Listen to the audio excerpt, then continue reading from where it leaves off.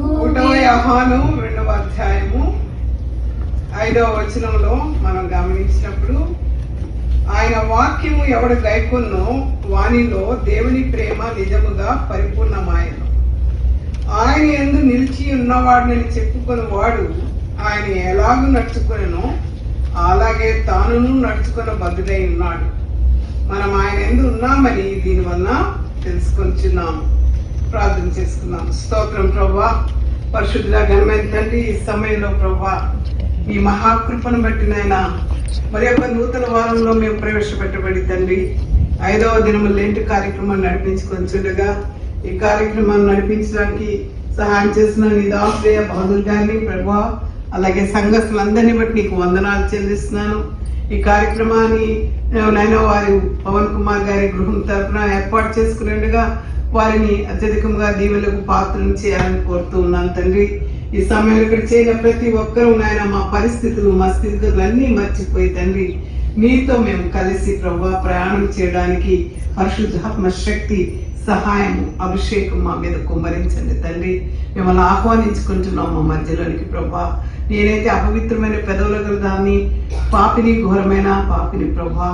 నాయన నీ యొక్క పరిశుద్ధమైన అగ్నితో నా అద్భుతమైన పెదవులను కాచి తండ్రి నీ మాటలు మా నోటిలో పెట్టి ప్రభువా నన్ను పూర్తిగా సులువ చాటును మరుగుపరిచి నాకు మా అందరికీ నేను మేలు కలుగునట్లు, ఆత్మీయంగా వృద్ధి చెందినట్లు నీ మాటలను మాకు దయచేయమని, విరుచున్న ప్రతి వారి హృదయమును నేనను స్పర్శించమని, సంధించమని యేసు నామమును బట్టి వేడుకొంచున్నాం తండ్రి, ఆమేన్.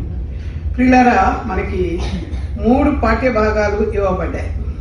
మన యొక్క ముఖ్యమైన అంశం ఏంటి? వేళ దేవుని తెలుసుకొనుటలో నియమావళి, the code of conduct to know God. మన జీవితంలో అనుదినము మనకి కోడ్ ఆఫ్ కాండక్ట్ ఉంటుంది కదండి. కోడ్ ఆఫ్ కాండక్ట్ అంటే మనం ఆఫీస్లో ఉంటే ఒక రూల్ ఫాలో అవ్వాలి, రోడ్ మీద నడిస్తే ఒక రూల్ ఫాలో అవ్వాలి, లా అండ్ ఆర్డర్ మన మీద ఉంటుంది. అలాగే దేవుణ్ణి తెలుసుకోవడం అంటే మనం శారీరకంగా, భౌతికంగా, ఆర్థికంగా ప్రతి దానికి ఒక కంట్రోల్, ఒక డిసిప్లిన్ అనేది ఉంటుంది. అయితే ఆత్మ ద్వారా దేవుని సంధించడంలో దేవుణ్ణి ఎలాగ మనం తెలుసుకోవాలో ఒక ప్రత్యేకమైన నియమావళిని పెద్దలైన వారు, భక్తులైన వారు మరి దేవుని చేత ప్రేరేపింపబడి బైబిల్లో రాశారు. అందరికంటే కడు వృద్ధుడైనటువంటి ఆయన శిష్యుడు ఎవరండి? యోహాన్ గారు. ఆయన యోహాన్ గారు తన బిడ్డలకి, ఆ యొక్క సంఘంలో ఉన్న బిడ్డలకి ఏం రాస్తూ ఉన్నారు? చిన్న పిల్లలారా అంటున్నాడు. అంటే వేరే చిన్న చూపుతో మాట్లాడటంలా, అవుట్ ఆఫ్ ఫాదర్లీ లవ్, తండ్రి ప్రేమతో ఆయన పిలుస్తూ ఉన్నాడు. నా చిన్నపిల్లలారా, మీరు పాపము చేయకుండాటికై ఈ సంగతులను మీకు రాయించున్నాను. ఎందుకంటే మనం ఉన్న లోకము ఎలాంటిది? మన లోకాధికారి పాపముతో నింపబడిన వాడు. పాప ఏచ్ఛలు మన శరీరం మీద ఏలుబడి చేస్తున్న దినాల్లో మనం ఉంటున్నాం కనుక ఆయన ఏమంటున్నాడంటే, ఎవడైనాను పాపము చేసిన యెడల మనకి ఎవరున్నారు విడిపించడానికి? ఆదరణకర్తగా యేసుక్రీస్తు అని ఉత్తరవాది తండ్రి యొద్ద మనకున్నాడు. మన మీద వెంటనే నేరారోపణ చేయడానికి ఎవడుంటాడు రెడీగా? అపవాది అంటాడా, నువ్వు అలా చెప్తావు, నీ వాక్యం గురించి చెప్తుందా, ఆవిడేం మంచిది కాదు అని వెంటనే దేవుని దగ్గరికి వెళ్ళి నా మీద సాడీలు దేవుడికి చెప్పచ్చు అపవాది, లేదా ఎవరైనా లేబులు వేయచ్చు. కానీ దేవుడు ఏం చేస్తాడు? యేసుక్రీస్తు వారు తండ్రి దగ్గర చేరి మన పక్షంగా, హీఈస్ అవర్ కంఫర్టర్, ఆయన ఆదరణకర్తగా ప్రభు దగ్గర వెళ్ళి, తండ్రి దగ్గరికి వెళ్ళి ఆయన మరి మన విషయంలో ఆయన ఉత్తరవాది అయి ఉన్నాడు, అడ్వకేట్.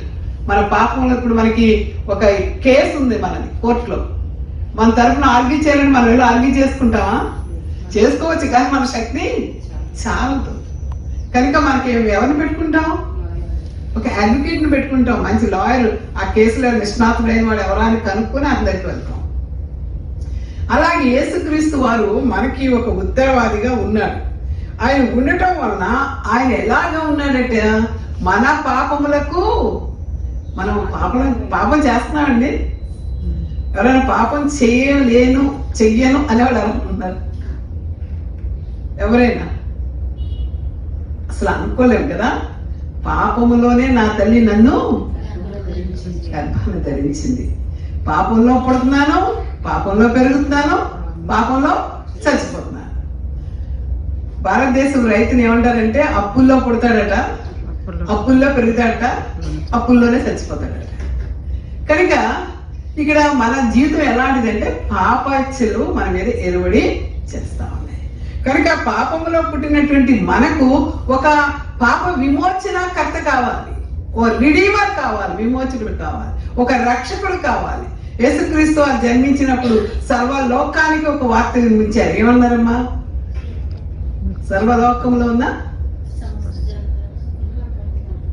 ఎవరు చెప్పలేదు. లూకా 2వ సువార్తలో మనకి గొర్రెల కాపర్లకి వెళ్ళి చెప్తాడు, దేవదూత చెప్తాడు, ఏమంటది? ఇదిగో శుభవర్తమానం, లోక పాపలను మోసుకొని పువ్వు, మరి ఒక ఆయన రక్షకుడు మీకు.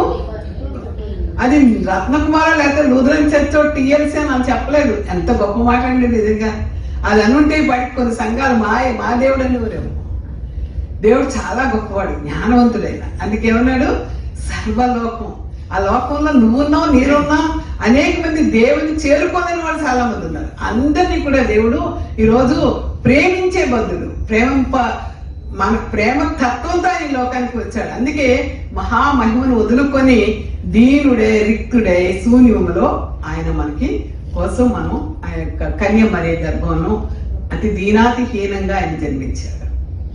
ఆయన జన్మించినా కూడా ఆయన్ని లెక్క చేసిన వాళ్ళు ఎవరు లేరు.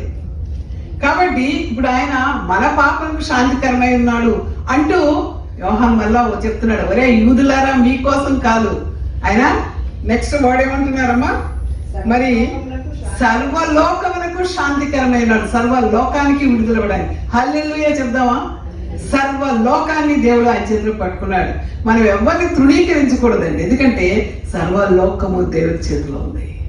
కాబట్టి ఈ రోజు మనం ఈ పాఠ్య భాగాన్ని చదువుకుంటూ యోహాన్ గారు ఏం చెప్తున్నారంటే, ఒరే మీరందరూ మనందరం మనుషులం, పాపులం, ఏదో బలహీనత మన మీద ఏర్పడి చేస్తుంది. ఇప్పుడే ఒప్పుకుంటాము, అప్పుడే మళ్ళా పాపంలో పడిపోతాం. చక్కటి మనకు ఉదాహరణ పక్కనే ఎవరున్నారు? దావీదు మహారాజు గారు. ఆయన తప్పు టకటగా చేసేస్తా ఉంటాడు, మళ్ళా వచ్చి కాళ్ళ మీద పడిపోతాడు, దేవుడి కాళ్ళ మీద. అయ్యా నీ శరణు చేస్తున్నాను, అయ్యా నన్ను క్షమించండి. ఎంత గొప్ప మోడల్ అండి అది. ఎందుకంటే మన బిడ్డలు తప్పు చేసి మన దగ్గరకు వచ్చేస్తారు పిల్లలు, కాళ్ళు పట్టుకుని అమ్మ అమ్మ అమ్మ అంటే మనం అన్ని మర్చిపోతాం కదా. అట్లాంటి ప్రేమ దావీదుకి దేవుని పట్ల. కనుక ఆయన సర్వలోకానికి శాంతికరమైన ఉన్నాడు. అందుకే కీర్తన 17లో మనం గమనిస్తాం, ఒకసారి చాలా చక్కగా చదివారు. 17వ కీర్తన ఏంటంటే దావీదు యొక్క ప్రార్థన. ఎందుకు చేస్తూ ఉన్నాడు ఈ కీర్తన అంటే గనక మనం గమనిస్తే ఏమున్నదంటే, నా యొక్క న్యాయాన్ని ఆలకించు, ఎందుకంటే నన్ను శత్రువులు బాగా విసిగిస్తున్నారు. నా మీద అందరూ శత్రువులే, అందరూ దాడి చేయడానికి ఇష్టపడుతూ ఉన్నారు. అబద్ధాలు, నిందలు, ఆరోపణలు చేస్తున్నారు. ఇవి తట్టుకోలేకపోతున్నాం. ఇవి మనం అనుదినం అనుభవిస్తున్న పనులు ఇవన్నీ. దానికి మనం ఆన్లైన్లో తిట్టుకోవడం కంటే ఎవరి దగ్గరికి వెళ్ళి మొరపెట్టుకోవాలి? దేవుని దగ్గరికి వెళ్ళి మొరపెట్టుకోవాలి. ఆయన మొరపెట్టిన ఈ ప్రార్థనా గీతంలో దేవుడు దావీదు మనకేం చెప్తాడంటే, మీ నిజ జీవిత లక్ష్యం వాళ్ళు మిమ్మల్ని తిట్టారా, వీళ్ళు మిమ్మల్ని నిందించారా కాదు. మీ లక్ష్యం ఏమై ఉండాలి అంటే కనుక, the goal of life should be to know God. నిజమైన దేవుడు ఎవరో తెలుసుకోండి. రెండవది ఏంటంటే, the true reward of life. నీ జీవితంలో ఎవరు ప్రపంచం అంతా నేను గుర్తించాలి, పద్మశ్రీ బిరుదు ఇచ్చేయాలా, లేకపోతే ఇంకా ఏవో గొప్ప గొప్ప బిరుదులు ఇచ్చేయాలని ఆలోచించకండి. అవన్నీ వస్తాయి, క్షణికమే. రికగ్నిషన్ అండ్ మన అప్రిషియేషన్ ఇట్స్ జస్ట్ లైక్ అదే అలా వెళ్ళిపోద్ది అనమాట. ఎంత వచ్చినా కూడా నీ గోల్ ఆఫ్ లైఫ్ ఏంటంటే, నీ reward of life is to see God one day. అందుకే 17వ కీర్తన లాస్ట్ భాగం ఏమంటున్నాడు దావీదు? నేనైతే నీతి గలవాడనే నీకు కుదర్శన. ఎంత ధైర్యం అండి ఆయనకి. అలానే దావీదు ఈజ్ అవుట్ ఆఫ్ సిన్న, పాపం లేని వాడిగా ఉన్నాడా? పూర్తిగా పవిత్రుడా? కాదు. కానీ ముఖదర్శనం చేస్తాను, ఎంత చక్కగా చెప్తాడు. మనం అనగలమా? దేవుని ముఖదర్శనం నేను చేస్తాను, ఆయన కలుసుకుంటాను, ఆయన హగ్ చేసుకుంటాను, ఆయన పాదాలు పట్టుకుంటానని చెప్పగలిగిన ధైర్యం మనకుందా? దావీదు చెప్తున్నాడు, నేను మరి నీతి గలవాడినే నీ ముఖ దర్శనం చేసేదను, నేను మేలుకున్నప్పుడు నీ స్వరూప దర్శనంతో నా ఆశలు తీర్చుకుంటాను. ఎంత చక్కటి ఆ పునరుద్ధానం యొక్క ఆ ప్రవచనం అక్కడ ఉంది. నేను మేలుకుంటాను, ఒక రోజు నువ్వు పిలుస్తావు నన్ను, అప్పుడు నీ ముఖ దర్శనం నేను చేస్తాను. ఈ కాన్ఫిడెన్స్ ఎంతమందికి ఉంది? నేను చచ్చిపోతే ఇప్పుడు నన్ను దేవుడికి రమ్మన్నాడు, వాక్యం చెప్తాను, కళ్ళు మూసుకుని రా అంటే వెళ్ళిపోతాను, వెళ్తానా? లేకపోతే ప్రభా నాకు చాలా పనులు ఉన్నాయి, అయ్యా నా బిడ్డలు చూసుకోవాలి, మా ఆయన చూసుకోవాలి, ఎవరు లేరు ఇక్కడ అంటే అవదు. when God calls you, I have to go. వెళ్ళి ఆయన ముఖ దర్శనం చేసుకున్నంత ఆనందంతో నువ్వు వెళ్ళిపోవాలి. ఒక విమానంలో ఒక పెద్ద ఆవిడ ప్రయాణం చేస్తా ఉన్నారు, ఆవిడ కుమార్ దగ్గరికి వెళ్తా ఉంది. అంతలో విమానం అంతా టర్బులెన్స్ వచ్చేసింది, పెద్ద మేఘాల్లో ఎటు ఇటు ఊగిసలాడుతుంది. ఆ పైలట్ చెప్పాడు, ఇక నా చేతుల్లో ఏమి లేదు, చనిపోవడం మనందరం ఖాయమే అంటే అందరూ ఏడ్చేస్తారట. ఒక ఆమె మాత్రం హాయిగా పాటలు పాడుతూ ఉందట. ఏమ్మా ఏం నువ్వు పాటలు పాడుతున్నట్టు మేము అందరూ చచ్చిపోతుంటే, యోనా గారు వాడలో ఉండి హాయిగా నిద్రపోతుంటే మిగతా వాళ్ళందరూ ఆ తుఫాన్లో కొట్టుకుపోయే భయంతో ఉన్నారు కదా, అదే పరిస్థితి. అప్పుడు ఆ యొక్క ఎయిర్ హోస్టెస్ వచ్చి, అమ్మా how are you, just keep silent, ఏంటి అలంతా నిశ్చింతగా ఉన్నావు ఏంటి అని అడిగితే వాడు చెప్పిందంట, విమానం పడింది అనుకోండి, విమానం డెస్టినేషన్తో కిందకి వెళ్ళిందా, నేను నా కొడుకు దగ్గరికి వెళ్తాను. డెస్టినేషన్ లేదనుకో, మధ్యలో పడిపోయిందనుకో, నా పెద్ద స్వామి ఉన్నాడు, ఆయన దగ్గరికి వెళ్ళిపోతాను, హ్యాపీ, దేవుని దగ్గరికి వెళ్ళిపోతాను, నాకేం భయం లేదు. బతుకుంటే కొడుకు, లేకపోతే దేవుని దగ్గరికి. Do you have that confidence levels? ఎందువల్ల వచ్చింది? ఆమె దేవుని పట్టుకుంది. ఈరోజు దేవుడు మనం పట్టుకుంటే మనలో కూడా అంత కాన్ఫిడెన్స్ వస్తుందండి. అసలు భయమే రాదు, భయం అనేది రాదు. అందుకే దావీదు అంటున్నాడు, నేనైతే నీతి గలవాడే నీ ముఖ దర్శనం చేస్తానంటున్నాడు. కాబట్టి దావీదు పాపం చేయలేదా అంటే మనం చాలాసార్లు చూస్తాం. కీర్తన 32, కీర్తన 51లో ఆయన చాలా డైరెక్ట్గా ఒప్పుకుంటాడు బత్షెబతో పాపం చేసినప్పుడు. తర్వాత 32 అంటాడు కదా, ఎవరైతే తన అతిక్రమములకు పరిహారం అంటాడో, ఎవరైతే తన పాపాన్ని విడిచిపెడతాడో ఒప్పుకుంటాడో వాడు ధన్యుడు అంటాడు. మరి అంత క్లియర్గా ఉన్నా ఆయన ఇంత ధైర్యంగా ఎలా మాట్లాడుతున్నాడు అంటే దేవుని పాపక్షమం. ఎందుకంటే మాట్లాడితే వెళ్ళి దేవునితో సెట్ చేసుకునేవాడు లెక్క, నేను తప్పు చేశాను ప్రభువా నన్ను క్షమించు అని శరణి వచ్చేవాడు. అందుకే వాక్యంలో ఏముందంటే, మరి నేను ఈ లోకల చేతిలో నుండి నన్ను రక్షించాలంటే నేను నేనేం చేస్తున్నాను, శరణు కోరుతున్నాను అంటాడు. అందుకే మనం 17వ కీర్తన 6వ వచనం అంటాడు, ఏమంటే 7వ వచనం, నీ శరణు వచ్చిన వారిని వారి మీదకి లేచి వారి చేతిలో నుండి నీ కుడి చేత రక్షించువాడా, నీ కృపాశ్రయాన్ని నాకు చూపించి అంటాడు. కనుక ప్రియులారా, ఇప్పుడు మనం ఆలోచించవచ్చు. So his claim to goodness, therefore we based on his continual seeking of God, after God. దేవుని వెతికేవాడు, very very minute to minute తప్పు చేయడం దేవుని వెతికేవాడు. అంటే తప్పు చేసిన ఎల్లప్పుడల్లా మళ్ళా తిరిగి తప్పు చేయడమేనా అంటే, మనం హ్యూమన్, ఎర్రర్ ఇస్ హ్యూమన్, తప్పు చేస్తూ ఉంటాం. అయితే ఆ తప్పుని కవర్ చేసామనుకోండి, పాపాలు ఎన్ని పెరిగిపోతూ ఉంటాయి. ఒక అబద్ధం చెప్పాలంటే మళ్ళా 3 అబద్ధాలు జత చేయాలి.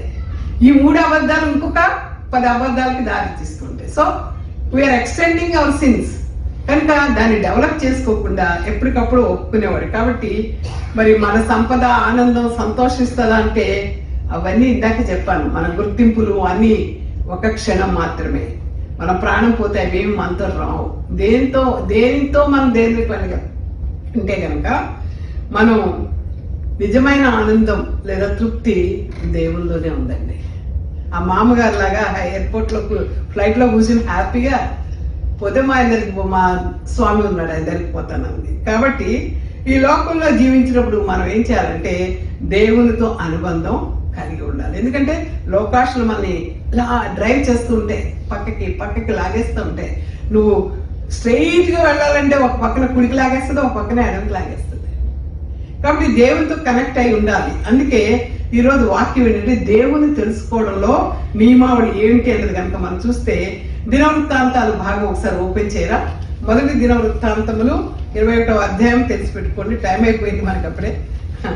ఇక్కడ దినవృత్తాంతాల్లో మరి మీ అందరికీ తెలుసు, దినవృత్తాంతాలు దేవుడు ఏం చెప్తే ఒక రాజుగారి చరిత్ర ఎలా ఎలా జరిగింది అన్నది మనకు తెలుస్తూ ఉంటుంది. ఈ మొదటి దినవృత్తాంతం 21వ అధ్యాయము చాలా మనకి చాలా అవసరమైన భాగం.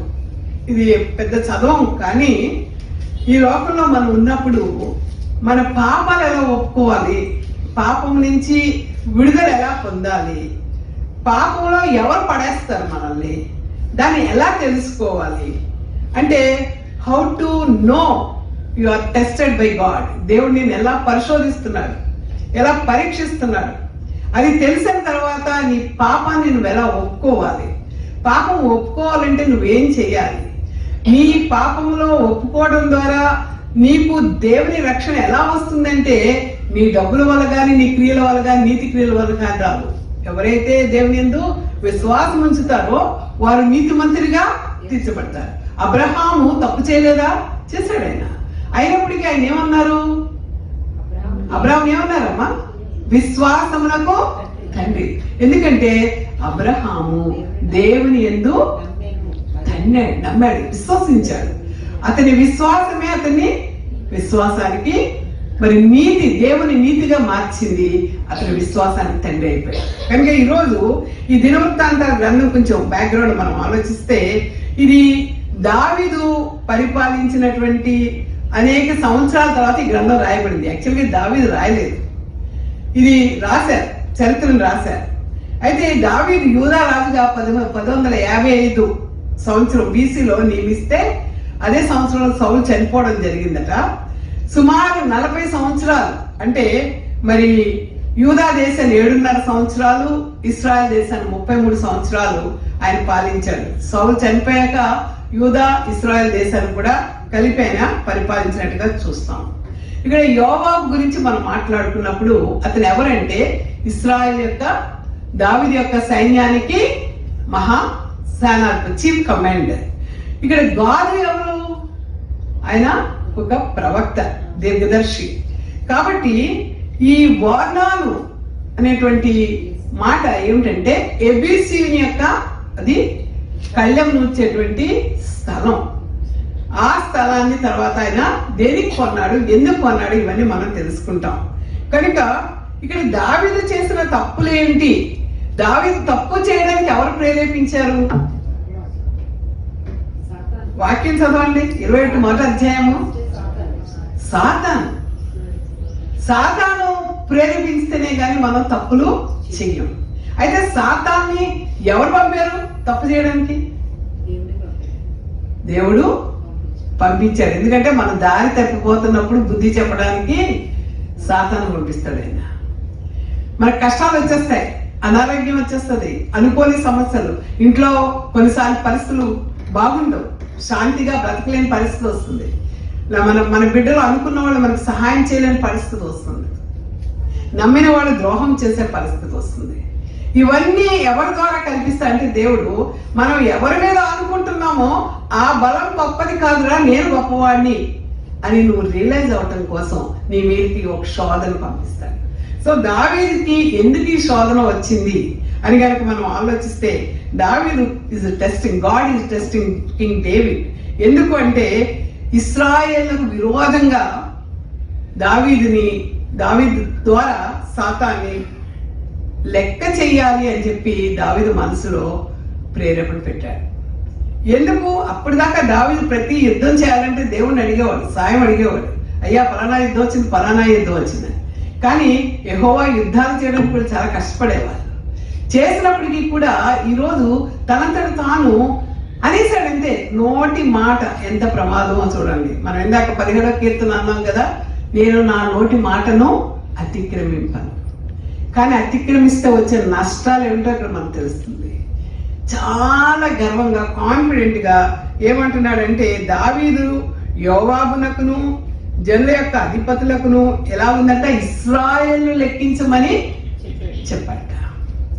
కాబట్టి సెన్సస్ కలెక్ట్ చేయమంటున్నాడు. ఎందుకంటే దావీదుకి ఎంత సైన్య బలం ఉంది చూపించుకోవాలి, ఎంతమంది యుద్ధ వీరులు ఉన్నారు, యుద్ధ శూరులు ఉన్నారు. కాబట్టి అతడు చెప్పినప్పుడు ఎలా అన్నాడంటే, అప్పుడు యెరూషలేము బెయేర్షెబా నుంచి దాని వరకు ఉత్తర దక్షిణ సరిహద్దులుగా విస్తరించి ఉంది. ఆ కాలంలో దావీదు జనాభా లెక్క చేయమంటే యోవాబు చెప్పాడు, ఇది మంచిది కాదు రాజా, ఎందుకంటే జనం మనం లెక్కించాల్సిన అవసరం ఉంది. దేవుడు అక్కడ చక్కగా మాట చెప్తున్నాడు చూడండి.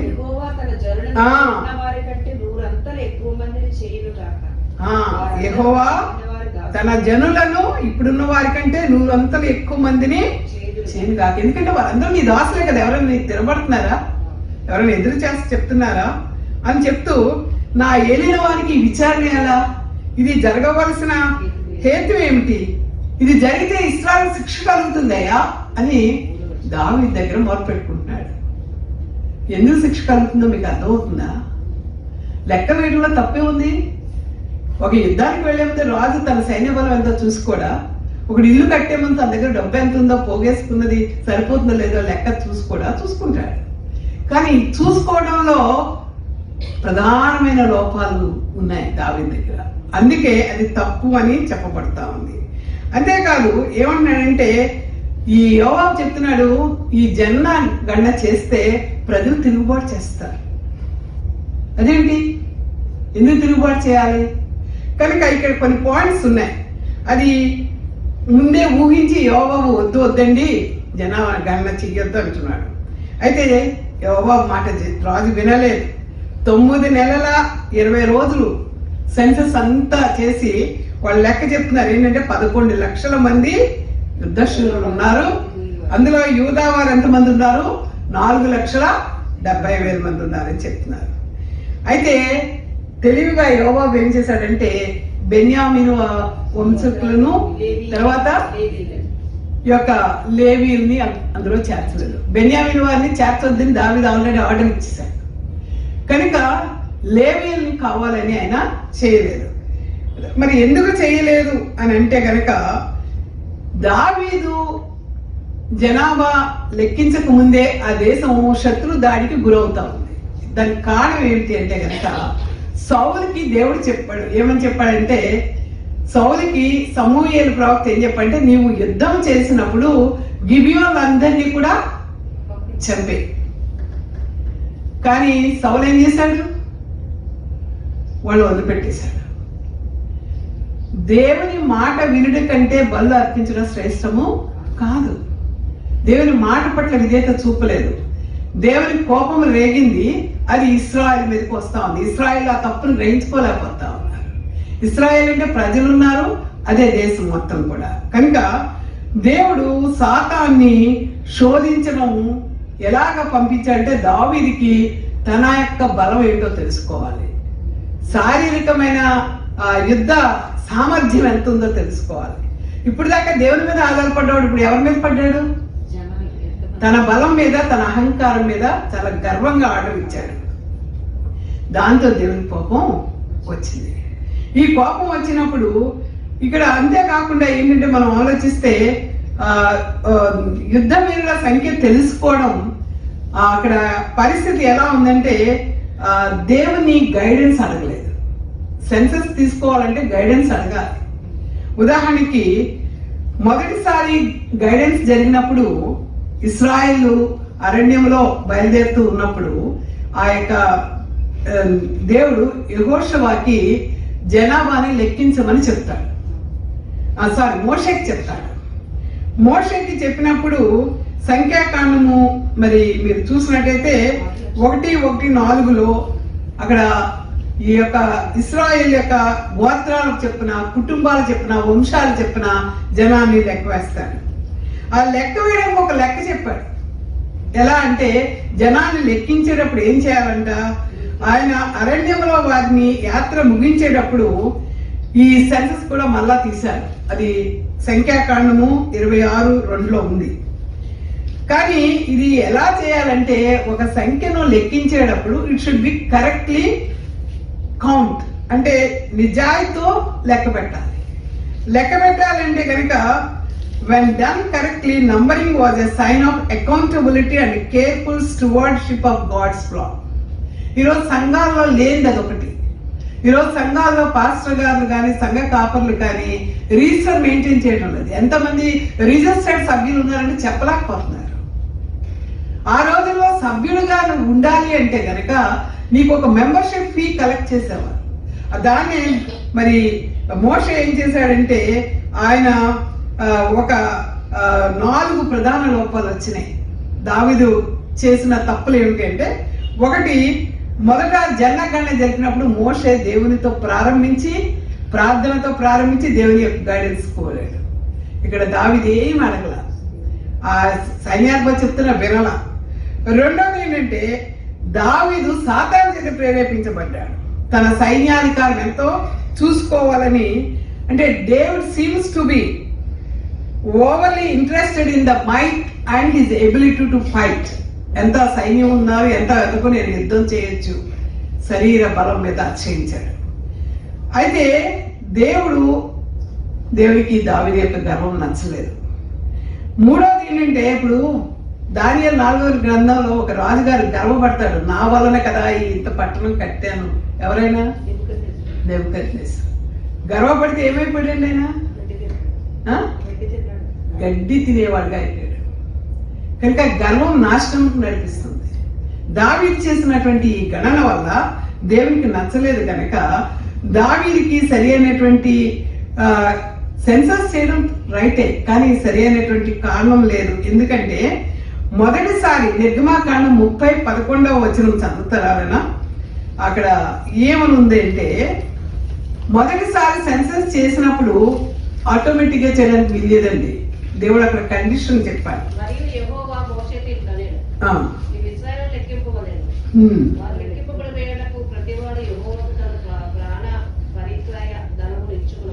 ఏమి అర్పించాలండి? ప్రాణ పరిత్యాగ ధనాన్ని చెల్లించాలి. అది ఎంత చెల్లించాలట? గొప్పవాడని చెప్పి ఎక్కువ చెల్లించడానికి వీల్లేదు, పేదవాడని తక్కువ చెల్లించడానికి వీల్లేదు. దేవుడు పెట్టింది ఏంటి? 6 షెకెల్. 6 షెకెల్ దేనికి సమానము అంటే గనక, ఆ రోజుల్లో బలిపీఠం మీద ఎంత బంగారం ఉందో దానికి మీరు తులము చెప్పున, 1/2 తులము చెప్పున, అంటే అక్కడ ఉంది, ప్రతి వాడు పరిశుద్ధ స్థలం యొక్క తులమును బట్టి 1/2 తులము ఇవ్వవలను. 1/2 తులము అనగా 20 చిన్నములను ఉంది. ఆ యొక్క 1/2 తులము యెహోవాకు ప్రతిష్టార్పణ. నువ్వు లెక్కించాలంటే ఇంతమందిని లెక్కిస్తే వాళ్ళందరి దగ్గర డబ్బులు తీసుకుంటే ప్రజలు తిరగబడతారని యోవాబు ముందే మనసులో ఊహించి చెప్పాడు, వద్దు రాజా దూరం చేయని. కానీ దావీదు దీనికి బోధ రావలేదు. మోషే ఎలాగా దేవుని ప్రార్థించి ఎలాగా ఎంతో విధేయతతో నమ్మకంతో చేశాడో అది మనసులో పెట్టుకోలేదు. కాబట్టి నువ్వు ఇశ్రాయేలు యొద్ద నుండి ప్రాయశ్చిత్తార్థమైన వెండి తీసుకొని, ఒక వ్యక్తి యొక్క ప్రాణం యొక్క ఖరీదు, ప్రాయశ్చిత్తార్థమైన పాపానికి వచ్చినటువంటి ఆ వెండిని తీసుకొని ప్రత్యక్ష గుడారం యొక్క సేవ నిమిత్తం దాన్ని నియమించాలి. ఈరోజు మనందరం కూడా దేవుని ఆలయంలో ఆఫరింగ్ చేస్తున్నామంటే ఆయన మనకి చేసినటువంటి మేళ్ళను తలంచుకుంటూ ఈ మందిరంలో సేవ నిరాటంకంగా జరగాలి, మెయింటెనెన్స్ ఉండాలి. కాబట్టి మనందరం వేస్తున్నాం. కనుక ఈరోజు ఆ యొక్క ప్రాయశ్చిత్తం కలిగినట్లు అది యెహోవా సన్నిధిని ఇశ్రాయేలుకు జ్ఞాపకార్థంగా ఉంటుంది. ఇది మర్చిపోయాడు దావీదు గారు పూర్తిగా. కనుక ప్రియులారా, డేవిడ్ గుజిక్ అనేటువంటి కామెంటేటర్ ఏమంటే బిబ్లికల్ కామెంటేటర్, ఇది దేవునికి తన ప్రజల పట్ల ఉన్న సొంత హక్కు. దేవుని ప్రజల పట్ల ఆయన సొంత హక్కు, the ownership of his own people. దేవునికి సొంత హక్కు కాబట్టి ఆయన వాళ్ళ దగ్గర నుంచి కలెక్ట్ చేస్తున్నాడు. దావీదు ఏం చేశాడు? ఇశ్రాయేల్ అందరి యొక్క జనాభా లెక్కపెట్టడానికి పాత నిబంధన కాలంలో, కానీ ఈవేళ మనమైనా మన ఆస్తిని లెక్క పెట్టుకోవాలంటే నా ఆస్తి నీ ఆస్తి లెక్క పెట్టి ఊరుకుంటారా? ఎవరి ఆస్తి వారు లెక్క పెట్టి, ఎవరి కుటుంబానికి ఎంత వస్తుందో వాళ్ళు లెక్క చూసుకోవాలి. కానీ దావీదు ఏం చేశాడంటే తనది కాని మొత్తం ఇశ్రాయేల్ జనాంగాన్ని అంతటిని కూడా లెక్క పెట్టాడు. ఇశ్రాయేల్ ఎవరు? దేవుని యొక్క జనాంగం. అది దేవుని సొత్తు. నువ్వెవరు లెక్క పెట్టడానికి? దేవునికి కోపం వచ్చింది. అంతేకాకుండా ప్రతి పురుషుడి నుంచి ప్రాణక్రేదనం నువ్వు పోగు చేయాలా. అంటే నీ పాపము నిమిత్తము నువ్వు కొంత వెల పెట్టి కొనుక్కోవాలి. కానీ నీ తప్పులు దావీదు చేసినప్పుడు దేవుని కోపం దిగొచ్చినప్పుడు 3 రకాలైనటువంటి పరిస్థితులు వచ్చినాయి. ఆ ప్రజలందరూ బాధపడిపోతా ఉన్నారు. అప్పుడు దేవుడు పశ్చాత్తాపంతో ప్రార్థన చేస్తుంటే గాదు అనే ప్రవక్త ద్వారా దేవుడు పంపించాడు. ఇదిగో నువ్వు చేసిన తప్పు కాబట్టి నిన్ను టెస్ట్ చేయడానికి దేవుడు నీ మీదకి సాతాను పంపించవచ్చు, కష్టాలు పంపించవచ్చు, శోధనలు రావచ్చు. మరి రెండోది ఏంటంటే మరి రిపెంటెన్స్ అనేది చాలా ఇంపార్టెంట్. తన పాపం చేత బాధపడుతున్నటువంటి దావీదు నేనే కాదు ప్రజలు కూడా బాధపడుతున్నారనే విషయం గుర్తుకొచ్చి పశ్చాత్తాపడ్డప్పుడు దేవుడు తన బిడ్డను పంపించాడు, గాదును పంపించాడు. పంపించినప్పుడు ఈ గాదు ఏమంటున్నాడంటే మరి అపొస్తలుల కార్యం 3:19 మీ పాపములు తుడిచివేయబడి నిమిత్తమును మారు మనసు నుండి తిరుగుడని అపొస్తలుడు పేతురు ఆ శృంగారం అనే దేవాలయం దగ్గర ఆ కుంటివాడిని బాగు చేసినప్పుడు వాళ్ళందరూ ఆశ్చర్యపోతుంటే వాళ్ళకి హెచ్చరిక చేస్తా ఉన్నాడు. మారు మనసు పొంది దేవుని వైపు తిరగండి. కాబట్టి ఇక్కడ రిపెంటెన్స్ అనేది చాలా ఇంపార్టెంట్ అనేది చెప్తా ఉన్నాడు.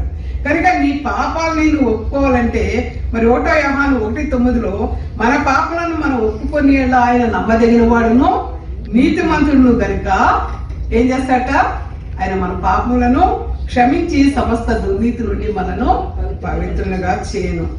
కాబట్టి దావీదు మహారాజు వలె ఆయన ఏం పరిశుద్ధుడు కాదు, అపవిత్రుడు అయినప్పటికీ ఆయన పాపాల గురించి మారు మనసు పొందాడు. మనందరం కూడా మన పాపముల చేత శాపముల చేత నింపబడి అనేక రకాలైన శ్రమలకు గురవుతున్నాం. ఆ శ్రమల్లో పడి వేదన చెందే కంటే దేవుని దగ్గరికి వెళ్ళి మారు మనసు పొందటం చాలా మంచిది. ఈ లెంటన్ సీజన్లో మన ముందున్న శిలువ దగ్గరికి వెళ్ళి శిలువ క్షేత్రంలో నిలబడి వేలాడుతున్న యేసయ్య పొందుతున్న గాయాలను చూసి మన జీవితము ఏమాత్రమో ఇంత యోగ్యత లేని జీవితం, ఆయన మన కోసం శ్రమపడడానికి మనం ఏమైనా యోగ్యులమా కాదు. That's why it is his grace. ఎనలేని మనకంటే మన అర్హత కంటే ముందుగా ఎందుకు పనికిరాని వారి కోసం ఆయన ఇచ్చినటువంటి కృప ఏంటంటే రక్షణ, మన పాపములను క్షమించడానికి. కనుక నీ అతిక్రమలను నువ్వు దోషాన్ని దాచుకుంటే వద్దిల్లో కాబట్టి మరి మన పాపం విషయమే మనం మారు మనసు పొందాలి. కాబట్టి first the repentance must be sincere. Saul రాజు కూడా తప్పు చేశాడు. చేసినప్పుడు సమూయేలు బలి చేయడానికి రమ్మంటే నేను రాను అని చెప్పాడు. సమూయేలు రానంటే అబద్ధం చెప్తున్నాడు. ఏమని, అయ్యా ప్రజలందరూ నన్ను బలవంతం చేశారు బలి చేయమని, అందుకని నువ్వు రాకముందే నేను బలి అర్పించేశాను. ఒప్పుదల్లో కూడా నిజం ఉండాలి, యథార్థత ఉండాలి. మనం చాలాసార్లు చాలా హైఫైగా ఒప్పుకుంటాం దేవుని దగ్గరికి వెళ్ళి, అది కుదరదు. నువ్వు ఏ పాప స్థితిలో పడిపోయావో యథార్థతతో దేవుని సన్నిధిలో ప్రార్థించవలసిన అవసరం ఉంది. ఇక 3వ అంశము నమ్మకం ఉంచుట. దేవుని యందు నువ్వు నిజమైన దేవుని తెలుసుకోవాలంటే ఒకటి నీవు శోధింపబడుతున్నావు, రెండవది నువ్వు నీ పాపాలను ఒప్పుకోవాల్సిన అవసరం ఉంది, రిపెంటెన్స్ మారు మనసు పొందాల్సిన అవసరం ఉంది. మూడవది ఏంటంటే నమ్మకం ఉంచుట. దేవుడు మన పాపములను విడిపించడానికి ఆయన తన కుమారుని లోకంలోనికి పంపించాడు. కనుక ఇప్పుడు దావీదుకి ఒక మెసేజ్ వచ్చింది. గాదు వచ్చి చెప్తున్నాడు, మీరంతా బాధపడుతున్నావు కనుక నేను గమనించానయ్యా, అయితే దేవుడు 3 విషయాలు నీ ముందు పెట్టమన్నాడు. ఏంటంటే ఒకటి, నువ్వు చేసిన అవిధేయత పాపం, దేవుని మాట వినకుండా గర్వంతో చేసావు కనుక ఒకటి ఏంటంటే 3 ఏళ్ల పాటు ఆ దేశంలో గొప్ప కరువు వస్తుంది. రెండోది 3 నెలల పాటు శత్రువులు దాడి చేస్తారు, నువ్వు ఉండు అడ్రస్. లేకపోతే 3 దినాలు దేవుని కత్తి నీ మీదకి దిగుతుంది. కొన్ని ప్రాణాలు పోతాయండి, అమాయకులేని వారు. చూడండి, ఇప్పుడు పాలస్తీనా గాజా యుద్ధంలో జరుగుతుంటే ఎన్ని కుటుంబాలు ఎంత భయంకరంగా చూస్తే చాలా బాధ వేస్తుంది. ఏం పాపం చేశారు ప్రభా అంటే వాళ్ళు చేశారని పూర్వీకుల గురించి మనం వింటున్నాం, కానీ మరి యేసుక్రీస్తు వారు వచ్చాక క్షమాపణ ఉంది కదా. ఈరోజు అంత భయంకరంగా 3 పనిష్మెంట్స్ ముందు పెడితే దావీదు దేనికి ఆఫ్ చేస్తాడండి? 3 రోజులకు ఆఫ్ చేశాడు. ఎందుకు చేశాడంటారు? 3 సంవత్సరాలు కరువు అయిపోతే ఆ దేశం పాడవుతుంది, ప్రజలు ప్రభుత్వం పడిపోతుంది. మరి 3 నెలలు శత్రు దాడి చేస్తే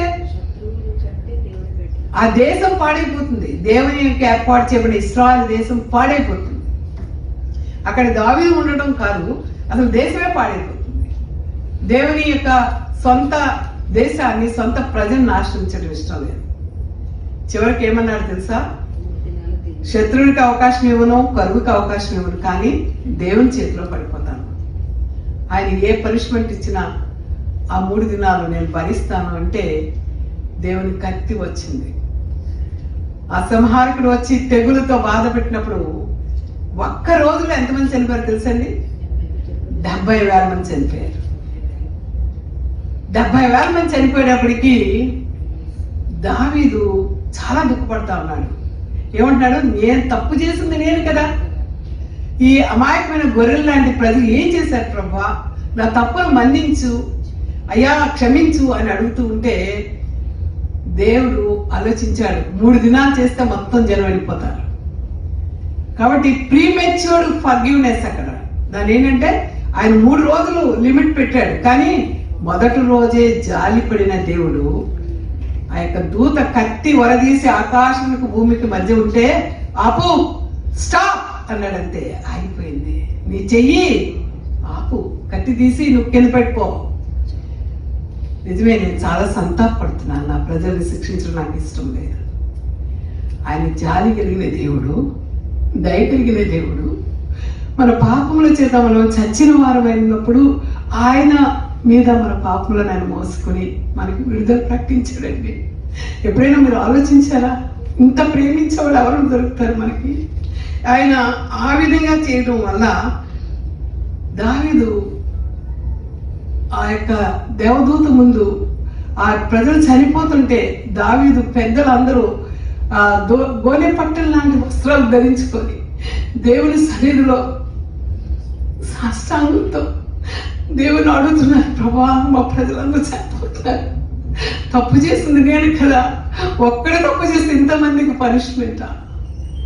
ప్రియులరా, మన పాపం ఎంతమందికి ఇబ్బందికరంగా ఉంటుందో, ఎంతమందికి ఆయాసకరంగా మారుతుందో. దయచేసి పాపాలు దేవుని సన్నిధిలో ఒప్పుకోండి. కనుక ఆయన బలిపీఠం కట్టించమని దేవుడు అక్కడ మాట్లాడుతూ ఉన్నాడు. అక్కడ ఎక్కడైతే దేవుని దూత కనబడిందో అది ఓర్నాను కళ్ళం, అది ఎబుసీయుల ప్రాంతం, అది ఇశ్రాయేలుల ప్రాంతం కాదండి.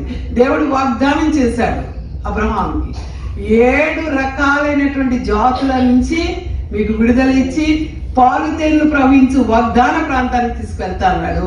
ఆ వాగ్దాన ప్రాంతమే యెరూషలేము. ఈరోజు యెరూషలేము దేవాలయము కట్టబడింది అక్కడే. వర్ణాను యొక్క కళ్ళెము ఎక్కడ కట్టాడు దేవుడు? ఆ కళ్ళెము కట్టడంలో ఎలా చేశాడంటే దేవుడు తన ఎంత నమ్మదగిన వాడంటే తన ప్రజలకు విడుదల ప్రకటించాడు. అక్కడ ఆయన బలిపీఠం కట్టి దేవుని వేడుకున్నాడు. కానీ యేసుక్రీస్తు వారు ఈరోజు నీ కోసం నా కోసం సిలువలో మరణించాడని వెరలాడుతూ ఉన్నాడు. కనుక God is faithful for us. ఆయన నమ్మదగిన వాడు కనుక ఆయన పట్ల మన నమ్మకం ఉంచాలి. అందుకే దావీదు మన అపోస్తలుడు పౌలు ఏమంటే, ఉపదేశ సారం ఏదనగా పవిత్ర హృదయం నుండి నిష్కపటమైన విశ్వాసం నుండి కలుగు ప్రేమ. ఈరోజు మేమే అడగటం లేదు, బలి అర్పించమని అడగటం లేదు. మీ హృదయం నుంచి ఏం కావాలంట? మనం ఒక మాట బయటికి చెప్తున్నాం, ఇంకో మాట లోపల చెప్తున్నాం. కానీ దేవుడు ఏమంటున్నాడు? నిష్కపటమైన పవిత్ర హృదయం నుంచి కలిగేటువంటి ప్రేమ కావాలంటున్నాడు. సో ప్రభు వారు మరి మన జీవితంలో ఈ విధంగా ఆయన మనకు క్షమాపణ ఇస్తున్నప్పుడు, have you stayed faithful in your walk with Jesus in both good and bad times. మంచి పరిస్థితుల్లోనూ చెడ్డ పరిస్థితుల్లో దేవునితో నువ్వు సమాధానంగా ఉంటున్నావా అన్నది ముఖ్యం. అంతేకాదు దేవుని యొక్క కృపను పొందాలని అందరూ తెలుసుకోవాలని దేవుడు ఇష్టపడుతూ ఉన్నాడు. అందుకే మరి రోమా 2వ అధ్యాయం 4వ వచనం అంటాడు, దేవుని అనుగ్రహము మారు మనసు పొందుటకు నిన్ను ప్రేరేపించినది ఎరుగక ఆయన అనుగ్రహ ఐశ్వర్యమును సహనమును దీర్ఘశాంతమును తృణీకరిస్తావా? కాబట్టి దేవుని తీర్పు నీ మీదకి రాకముందే, దిగి రాకముందే నీ పాపముల విషయమై వాయిదా వేసుకోకుండా మారు మనసు పొందడానికి ఇప్పుడు ఇది అనుకూలమైన సమయం అని దేవుడు చెప్తా ఉన్నాడు. ఇంకా మనం ఒకవేళ దేవుని కృపను వెతుక్కోలేకపోతే, ధైర్యం వెతుక్కోలేకపోతే, ఇది లెంటన్ సీజన్ మన జీవితంలో ఒక అనుకూలమైన సమయం. అదేవిధంగా దేవుని యొక్క కనికరం మనం చాలాసార్లు పొలిటీషియన్స్ని, అధికారులు చూసి చాలా గర్వపడుతూ ఉంటాం, ఆయన మాకు తెలుసని, నేను మాకు తెలుసని. కానీ నిన్ను ఆత్మీయంగా నశింపకుండా నిన్ను బ్రతికించేవాడు దేవుని ఆత్మ. కనుక ఆయన దగ్గరికి వచ్చి మన పాపలను మనం ఒప్పుకున్నప్పుడు ఆయన దగ్గర మనం రికన్సిలేషన్ పొంది శాంతి సమాధానాలు పొందుకొని ఆయన ముందుకు మనం వెళ్ళటానికి మనకి జీవితాన్ని ప్రసాదించేవాడు దేవుడు. అందుకే రోమా 6:23 అంటున్నాడు, ఏలైనగా పాపం వల్ల వచ్చే జీతము మరణం, అయితే దేవుని కృపావరం మన ప్రభు అయిన యేసుక్రీస్తునందు నిత్యజీవం. మరణకరమైన జీవితం, మరణకరమైన పాపంలో మనం నివసిస్తున్నప్పుడు దేవుడు తన కుమారుని పంపించి ఆయన ద్వారా ఆ యొక్క శిలువ బలియాగం ద్వారా మనకి నిత్యజీవం ఇవ్వబడింది. కాబట్టి ఈరోజు మనకు ఒక ఉత్తరవాది ఉన్నాడని యోహాను సువార్తికుడు పదే పదే చెప్తూ ఉన్నాడు. కనుక you must show your gratitude. దేవుని పట్ల నీ కృతజ్ఞత ఉందా? దేవుని తెలుసుకోవడంలో దేవుని ఆరాధిస్తున్నావా? హృదయం అంతటితో దేవుని నువ్వు స్తుతించగలుగుతున్నావా? ఎక్కడో ఒక చోట ఇస్తున్నావా దేవునికి? దేవుడు అడుగుతున్నాడు ఈ దినాన్ని. అందుకే దావీదు భక్తుడు అంటారు, నా హృదయాంతరంగం నాలో నువ్వు చేసిన ప్రతి మేలును బట్టి నా హృదయం అంతటితో నేను నీకు కృతజ్ఞతాస్తులు చెల్లిస్తున్నాను అంటున్నాడు. కాబట్టి మరి దేవుడు మనం ఆయన్ని చేరుకున్నప్పుడు he loves us, he forgiveness, he will give his forgiveness and fellowship. మనం ప్రేమించడం కాదండి, మన కోసం అంత గొప్ప మహిమను వదులుకొని ఇక్కడికి దీనుడిగా వచ్చి తన ప్రాణం మన కొరకు పెట్టి ఆయన యొక్క మన పాపాల చేత, మన శాపాల చేత మనం కృంగిపోయినప్పుడు వాటి నుంచి విడుదల ఇచ్చి ఆయనతో మనకి సహవాసానుబంధం ఏర్పాటు చేసిన దేవుడు ఎంత గొప్పవాడండి. ఎవరున్నారు అలాగే మనని మన పాప భారం నుంచి విడుదలిచ్చేవారు ఎవరు? ఎన్నున్నా విడుదల రాదండి. కనుక is there any area where you need to repent? ఈ దినం నువ్వు ఏ విషయంలో అయినా దేవునితో మారుమనసు పొందాలా? కనుక దేవునికి ఇష్టమైన సజీవ యాగముగా నువ్వు సమర్పించుకోవాలని అపోస్తలుడైన పౌలు మనందరికీ మరి హెచ్చరిస్తూ ఉన్నాడు. కనుక ఒకటి, దేవుడు మనం శోధిస్తాడు, గుర్తు చేసుకుందాం షార్ట్గా, ఆయన మన హృదయ పరిశోధకుడు. రెండవది, మనం పాపులమని ముందు తెలుసుకోవాలి, కన్ఫెషన్, యాక్సెప్టెన్స్. నువ్వు పాపివని ముందు ఒప్పుకోవాలి. రెండవది, పాపివని తెలుసుకొని గ్రహించుకుని కన్ఫెస్ చేయాలి పాపాన్ని. అలాగే మరి దానికి మనుషులు ఆ పాప నుంచి విడిచిపెట్టడానికి మారు మనసు పొందాలి, రిపెంటెన్స్ కావాలి.